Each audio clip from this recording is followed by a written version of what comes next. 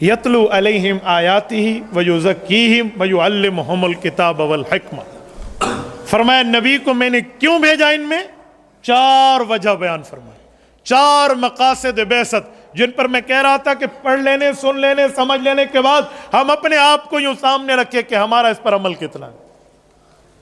پہلی، یتلو علیہم آیاتہ، پیغمبر کریم علیہ التحیۃ والتسلیم، سرور کائنات صلی اللہ علیہ وسلم کی پہلی ذمہ داری بیان کی جا رہی ہے. یتلو علیہم آیاتہ، پیغمبر قرآن کریم کی آیات کی تلاوت فرمائیں گے. نمبر 2، ویزکیہم، دلوں کو صاف کریں گے. نمبر 3، ویعلمہم الکتاب، قرآن کی تعلیم دیں گے. تلاوت الگ، تعلیم الگ. والحکمہ، اور دانائی اور حدیث پاک سمجھائیں گے. یہ چوتھی بات. اب غور کرنا، یہ پورے بیان کی سمری ہے، مغز ہے، خلاصہ ہے، پوری گفتگو کی اس میں جان ہے جو میں آپ کے سامنے پیش کرنے لگا ہوں. پہلی بات، یتلو علیہم آیاتی، یہ پیغمبر کی ذمہ داری ہے کہ وہ قرآن پاک پڑھے گا. صحابہ پر قرآن کی تلاوت ہوگی. اس کا یہ مطلب نہیں ہے کہ ترجمہ پڑھائے گا، وہ یعلمہم الکتاب میں آ گیا ہے. اس کا یہ مطلب نہیں ہے تفسیر پڑھائے گا، وہ آ گیا ہے. اس کا یہ مطلب نہیں ہے قرآن پاک کے مطالب سمجھائے گا، وہ اگلی ذمہ داری ہے. یہاں صرف آیات کی تلاوت ہے. یتلو علیہم، صرف تلاوت. اس سے 1-2 باتیں ہمیں بڑی اچھی طرح سمجھ آ جاتی ہیں.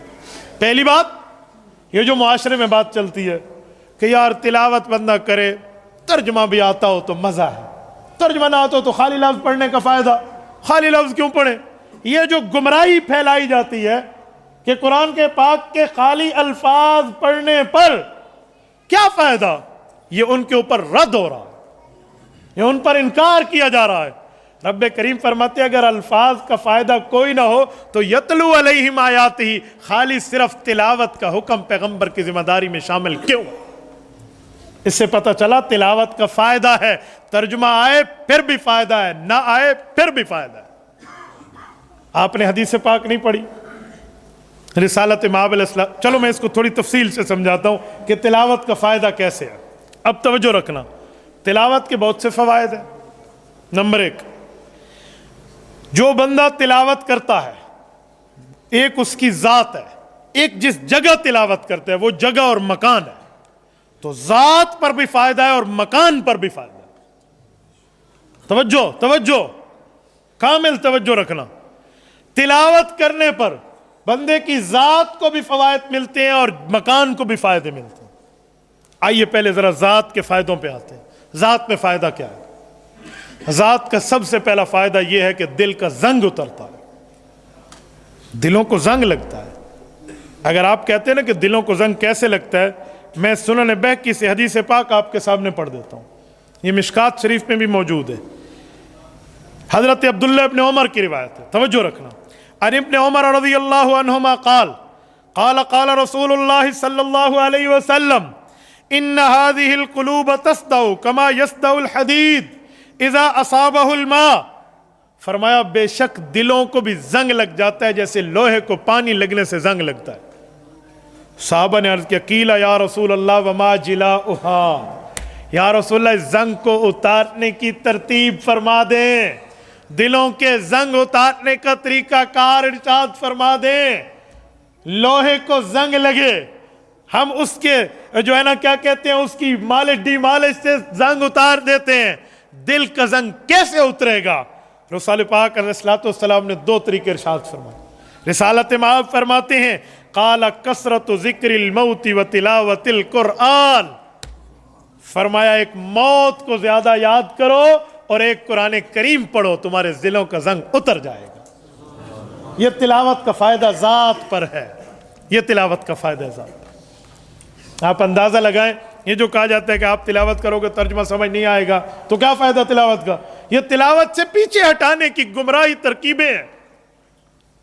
میں نے کئی جگہوں پہ ایسی بات دیکھی بھی ہے اور کئی بندوں کے آن دا کال یہ سوالات سنے بھی ہیں کہ مولانا ایک دوست مجھے خط لکھے اور میں اس خط کو پڑھتا رہوں، اس خط کی بات کو نہ مانوں، مجھے پتہ ہی نہ ہو یہ کیا لکھا ہوا ہے، کسی اور زبان میں خط ہو، تو میرا دوست خوش ہوگا یا ناراض ہوگا؟ ڈیفینیٹلی وہ ناراض ہوگا. تو پھر اللہ نے جو ہمیں خط لکھا اور قرآن آ گیا، مطلب نہیں آتا، مولوی کہتے پڑھتے رہو پڑھتے رہو پڑھتے رہو، سارا دن ہم پڑھتے رہو، کیا فائدہ؟ اس سے تو اللہ نعوذ باللہ ناراض ہوگا۔ میں نے کہا بھائی ذرا خیال کرنا، یہ وہ خط نہیں ہے جس کو صرف پڑھ کے عمل کرنا ہے، پڑھ کے عمل بھی کرنا ہے، لیکن اس خط کو پڑھنا بھی ہے۔ تلاوت القرآن علیحدہ چیز ہے، اس کی صرف یہ نہ سمجھیں کہ اللہ ناراض ہوگا، بھائی جس نے تلاوت چھوڑ دی اس سے ناراض ہوگا۔ تو یہاں تلاوت کا فائدہ ذات پر پہلا کیا ہے کہ دلوں کا زنگ اترے گا، اور جب دلوں کا زنگ اترے گا دلوں کے معاملات صاف ہوں گے۔ اچھا ایک بات یہاں بھی کہہ دوں، آپ کہیں گے دل کا زنگ ہوتا ہے، پتہ کیسے چلے گا؟ یہ جو ہے حدیث پاک میں تصدع القلوب، دل پہ زنگ آتا ہے، تو سوال پیدا ہوتا ہے کہ زنگ آتا ہے کیسے پتہ چلے گا دل پہ زنگ ہے؟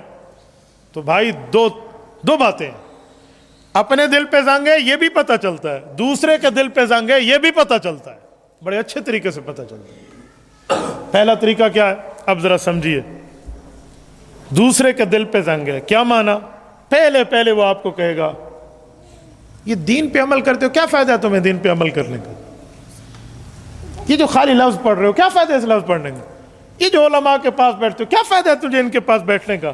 کیا فائدہ؟ اللہ اللہ اللہ اللہ سارا دن بیٹھ کے کر، اس کا کوئی فائدہ بھی؟ عمل کر رہا ہے تو خواہ مخواہ سے انہی کے ساتھ مسجد میں بیٹھے ہے، مدرسے میں بیٹھے ہے، ان مولویوں کے ساتھ جڑا ہوا ہے، پتہ چلا اس کے دل پہ زنگ لگا ہوا ہے، یہ دین سے ہٹا رہا ہے، اور اپنے دل پہ بھی زنگ ہے۔ وہ کیسے پتہ چلے گا؟ نماز کو جی نہیں چاہتا، روزے کو جی نہیں چاہتا، یا اپنے دل میں خیالات آنا شروع ہو گئے، میں خالی لفظ پڑھوں تو فائدہ، خالی ان مولویوں کے ساتھ بیٹھ رہا ہوں تو فائدہ، خالی مجھے مسجد میں بٹھائے ہوئے ہیں تو فائدہ، بس یہ تو اس کا معنی ہے میرے دل پہ بھی زنگ ہے۔ تو یہ دلوں پہ زنگ ہوتا ہے، اور یہ دلوں پہ زنگ کب اترے گا؟ جب ہم تلاوت قرآن کریم کریں گے، کثرت ذکر الموت، یعنی موت کو بار بار یاد کرنا ہوگا۔ اور آپ کو پتہ ہے موت کو یاد کرنا اتنا بڑا وظیفہ ہے کہ ساری ناانصافیاں اس دھرتی پہ ختم ہو جائیں گی۔ حضرت عمر رضی اللہ عنہ جب خلافت پر متمکن ہو رہے تھے تو حضرت عمر نے صحابہ کرام اور اہل بیت کی شورا بنائی ہوئی تھی، ارکان parliament, member of the national assembly. حضرت عمر نے ان کے سامنے ایک بات رکھی، کہا ایسا کیا مجھے اپنے سامنے کرنا چاہیے جس سے عدل قائم رہے اور ناانصافی ختم ہو جائے؟ تو ان سب نے جو مشورہ دیا ہے وہ بڑا پیارا مشورہ۔ کیا فرمایا؟ کہا اے عمر اپنے سامنے لکھوا کے یہ بات رکھ دو، کفا بالموت واعظا، موت سے بڑھ کے یاد کرنے میں تجھے اور کوئی نصیحت کی چیز نہیں ملے گی۔ یہ حضرت عمر نے اپنے سامنے لکھوایا۔ بعض روایات میں آتا ہے کہ جو مہر بنوائی تھی حضرت عمر نے اسٹیمپ، تو وہ اپنی انگوٹھی میں لکھوا دیا تھا۔ انگوٹھی کا مسئلہ بھی ذہن میں رکھیے، یہ صحابہ کرام اور پیغمبر کائنات کے وقت کی جو انگوٹھی کا ذکر آتا ہے، وہ انگوٹھی بطور فیشن نہیں تھی، بطور دکھلاوے کے نہیں تھی، وہ انگوٹھی بطور مہر کے تھی، وہ اسٹیمپ کے طور پہ تھی، وہ مہر۔ آپ علیہ الصلوۃ والسلام اس کے نگینے کو دوسری طرف کر لیتے تھے، اندر والے ہاتھ کی طرف، جب ضرورت ہوتی تو یوں کر کے مہر لگاتے تھے۔ یہ سگنیچر ہوتے تھے پرانے زمانے کے۔ آج کل سگنیچر ہاتھ سے آ گئے ہیں، باقی ترتیبوں سے آ گئے ہیں، یا اسٹیمپ علیحدہ بن کے آ گئی ہے، تو اب اس طرح نہ سمجھنا کہ انگوٹھی پہننا میرے لیے سنت ہے۔ ہاں صرف اجازت ہے، صرف گنجائش ہے، وہ بھی آپ کو 4 ماہ سے تک، بس اس کے اندر اس سے زائد نہیں۔ اور اس میں پھر آپ کے 4 ماشوں میں یہ شامل نہیں ہے فحص، جسے ہم کہتے ہیں یہ نگینہ کا وزن چاہے اس سے زائد ہو، چاندی کا وزن اتنا ہو، بس چاندی ہی جائز ہے۔ باقی انگوٹھی میں سونا مرد کے اوپر جائز نہیں ہے، سونا اور چاندی کی انگوٹھیاں اور باقی اس وزن سے بڑھ کے یا کم کر کے وہ عورت کے لیے، اور عورت کے لیے سارے زیورات جائز ہیں، چاہے وہ سونے کے ہو، چاہے وہ چاندی کے ہو، چاہے وہ کسی اور دھات کے ہو۔ لیکن ایک جملہ کہہ رہا ہوں، توجہ سے سننا، عورت کو یا انگوٹھی پہننی ہے سونے کی یا چاندی کی، کسی اور دھات کی انگوٹھی نہیں پہننی، باقی زیور جائز ہے۔ ابو داؤد شریف میں واضح حدیث ہے، اللہ کے رسول نے سونا چاندی کے علاوہ کسی اور دھات کی انگوٹھی، صرف انگوٹھی، جسٹ اے رنگ، صرف انگوٹھی، اس کو منع فرمایا۔ باقی زیورات میں وہ جو بھی پہننا چاہے پہن لے، سونے یا چاندی کی انگوٹھی استعمال کریں۔ یہ مسئلہ جس کو پتہ نہیں ہوتا ہم بتاتے تو لوگ کہتے ہیں نواں مسئلہ، تو میں کہہ رہا ہوں چلو نایا ہے، تمہارے سامنے نایا، مولویوں کے سامنے تو نایا نہیں ہے، کسی دارالافتاء میں بندہ سوال لکھ کے پوچھ لے تو جواب یہی ہے، تو اس ترتیب پر ہے، اس کو سمجھ لیا جائے۔ تو میں بات کر رہا تھا کہ تلاوت سے دلوں کا کیا اترتا ہے؟ زنگ. اپنا بھی دوسرے کا پہچان کا طریقہ میں نے بتا دیا. آؤ یہ تو فائدہ ہے بندے کی ذات کو. اب فائدہ بندے کے مکان کو. جہاں تلاوت کر رہا ہے اس جگہ کو فائدہ کیا ہے؟ اب اس کا فائدہ, توجہ میری طرف دیکھنا, لسن. اب اس کا فائدہ کیا ہے؟ اب میں اس کا فائدہ پیش کر رہا ہوں. اس کا بہت آسان فائدہ. وہ کیا ہے؟ آپ نے حدیث پاک مشہور حدیث سنی ہوگی کہ جب بندہ تلاوت کرتا ہے تو فرشتے اس کو گھیر لیتے ہیں. ایسا ہے یا نہیں؟ میں پڑھ دیتا ہوں آپ کے سامنے حدیث پاک صحیح مسلم سے, آپ توجہ رکھنا. یہ حضرت ابو ہریرہ رضی اللہ تعالیٰ کی صحیح حدیث ہے, امام مسلم رحمہ اللہ اس حدیث کو لائے. فرمایا مجتمع قوم فی بیت من بیوت اللہ یتلون کتاب اللہ ویتدارسون بینہم الا نزلت علیہم السکینہ وغشیتہم الرحمہ وحفتہم الملائکہ وذکرہم اللہ فی من عندہ. رسالت امام علیہ الصلوۃ والسلام کا فرمان حضرت ابو ہریرہ رضی اللہ عنہ نقل فرماتے ہیں کہ اللہ کے رسول نے فرمایا کچھ لوگ اللہ کے گھر میں کسی جگہ جمع ہو کر اللہ کے قرآن کو پڑھ رہے ہوتے ہیں, تلاوت کرتے ہیں. یتلون کتاب اللہ, اس کا لفظ پڑھ رہے ہوتے ہیں. وَيَتَدَارَسُونَ بَيْنَهُمْ, یا اس کے ترجمے اور تشریح کا درس چل رہا ہوتا ہے. دونوں باتیں, صرف تلاوت کی انکار نہیں ہے, تلاوت علیحدہ اور درس و تدریس کے لیے قرآن کریم کی باتیں علیحدہ. فرمایا چل رہا ہوتا ہے تو ان کو 4 انعامات ملتے ہیں. 4 انعامات. پہلا انعام کیا ہے؟ فرمایا نزلت علیہم السکینہ, ان پر سکینہ نازل ہوتی ہے. سکینہ کے 2 معنی ہیں. ایک معنی تو سکون ملتا ہے, ایک معنی ہے کہ فرشتوں کے خاص پارٹی اور جماعت ہے جس کا نام ہے جماعت سکینہ.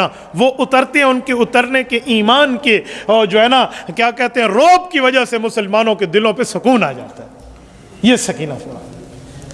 دوسری بات, دوسرا انعام غشیتہم الرحمہ, اللہ کی ایک خاص رحمت ان کو بالکل ڈھانپ لیتی, گویا یہ اللہ کی رحمت پہ آ جاتا ہے. کیا مطلب؟ سنیے, میں نے بلٹ پروف جیکٹ پہنی ہے, مجھے فائر اثر نہیں کرے گا, تو بھائی جب اسے اللہ کی رحمت گھیر لیتی ہے اسے شیطان اثر نہیں کرتا. یہ غشیتہم الرحمہ, یہ آپ کو بلٹ پروف آپ کا سوٹ عطا کیا جا رہا ہے, آپ کو ڈریس مل رہا ہے, یا آپ اس وقت شیطان سے بچے ہوئے. یہ تلاوت کا مکان پر فائدہ ہے, اندازہ لگائیں. تیسرا انعام وحفتہم الملائکہ, فرشتے اترتے اترتے اترتے جمع ہوتے اور ان کو چاروں طرف سے گھیر لیتے.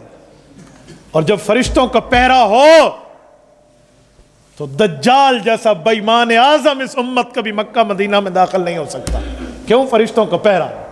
تو اس جیسی دجالی قوت اور طاقت رکھنے کے باوجود جو ٹیکنالوجی کی پیک پر ہوگا وہ بھی داخل نہیں ہو سکتا, کیونکہ فرشتوں کا پہرا ہے. یہاں مکہ اور مدینہ والے حدیث پاک میں محفوظ ہوں گے فتنہ دجال سے. اللہم اجعلنا منہم, اللہ ہمیں بھی انہی میں سے بنا, اللہ ہمیں بھی دجال کے فتنے سے اور دجالیوں کے فتنے سے ہمیں محفوظ فرما. تو وہاں فرشتوں کا پہرا ہوگا. فرمایا ان لوگوں پر جو تلاوت کریں ان کے مکانات کا یوں پہرا ہو جاتا ہے. اور چوتھا انعام وَذَكَرَهُمُ اللَّهُ فِي مَنْ عِنْدَهُ, رب کریم اپنے فرشتوں میں ان کا تذکرہ فرماتے ہیں. اللہ ان کو یاد کرتے ہیں, اللہ ان کا ذکر کرتے ہیں, اللہ ان کا تذکرہ فرماتے ہیں, اللہ ان کی بات کرتے ہیں. آپ اندازہ لگاؤ کتنا بڑا انعام ہے اور مکان پر ہے. یہ تلاوت کا فائدہ جان پر بھی ہے اور مکان پر بھی ہے. آج لوگ کہتے ہیں ذات پر کیا فائدہ اور مکان پر کیا فائدہ, کیوں پڑھتے رہتے ہو, کیا ضرورت ہے, خالی لفظوں کو رٹا ہوا ہے, خالی لفظ آپ نے پڑھے ہوئے ہیں, آپ نے مطلب سمجھا نہیں ہے. بھئی سمجھنا چاہیے, لیکن کسی کو مطلب پتہ نہ ہو تو تلاوت کو اس کو بھی فائدہ ہے, صرف اس کی ذات اور اس کی جان کو نہیں, اس کے مکان کو بھی ہے.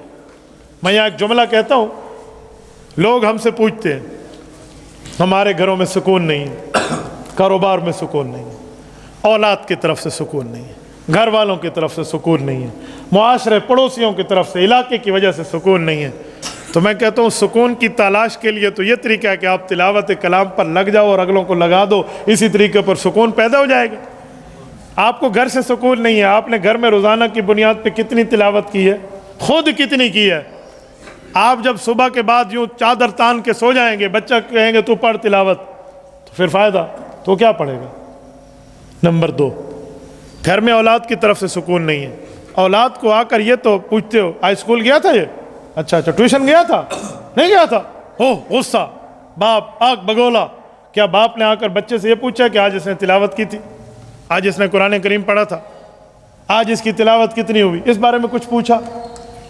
آپ بزرگ بیٹھے ہیں، بڑے ہیں، میرے اساتذہ، میرے محترم حضرات بیٹھے ہیں، میں ان سب کی موجودگی میں ایک جملہ کہتا ہوں، میں نے تو آج تک نہیں دیکھا، پتہ نہیں آپ میں سے کسی نے دیکھا ہو، وہ جانتے ہیں، میں نے نہیں دیکھا کہ کوئی مہمان کسی کے گھر گیا ہو اور پوچھے کہ آپ کا بچہ کون سا پارہ حفظ کرتا ہے، کون سا پارہ آپ کا بچہ مسجد میں پڑھتا ہے، سارے پوچھتے ہیں کتنی پڑھتے ہیں صحیح، 6ویں چڑھا ہے، کون سی کلاس میں پڑھتا ہے، اچھا 7ویں میں پڑھتا ہے۔ میں نے نہیں دیکھا کہ کوئی گھر میں آ کر پوچھے کہ آپ کے بچے کو 6 کلمے بھی آتے ہیں۔